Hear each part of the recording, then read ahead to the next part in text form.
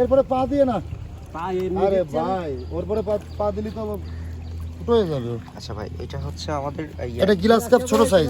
Glass cup ছোট size. হ্যাঁ, জি, কত ইঞ্চি এটা? এটা আছে আপনার 2 ইঞ্চি সাইজ। 2 ইঞ্চি সাইজ। জি জি।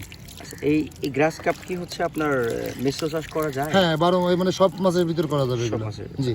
কেমন দরে এখন এটা বিক্রি হচ্ছে? এটা আপনার এখানে 500 টাকা কেজি, 400 টাকা কেজি, মানে যার কাছে যেরকম বেচে পারি, মানে খুচরো কাস্টমার আসলে আমরা 500 টাকা কেজি বেশি। আচ্ছা, এখন যে সাইজটা এটা কেজি প্রতি কত? এটা কেজিতে আপনার 700 থেকে 800 পিস হবে এক কেজিতে। 700 থেকে 800। জি জি। 700 থেকে 800 পিস মাছের জন্য আমাদের টাকা যাবে কত? এই 400 টাকা ধরেন। 400 টাকা। জি, এই যশ আমার এখানকার রেট। আচ্ছা, এখানকার রেট। জি জি। তার মানে সেটাতে আমাদের হচ্ছে 50 পয়সার মতো এখন হ্যাঁ পড়ছে। 40 পয়সা পিস পড়তে, 40, মানে 50 পয়সা ধরে রাখেন আপনি। 40-50 পয়সা জি, জি, এরকম। জি। সাইজ বুঝে তো কম জি, বেশি জি। হবে। এটা কি চাষ করতে হলে একটু কি কি বিষয় খেয়াল রাখতে হয়?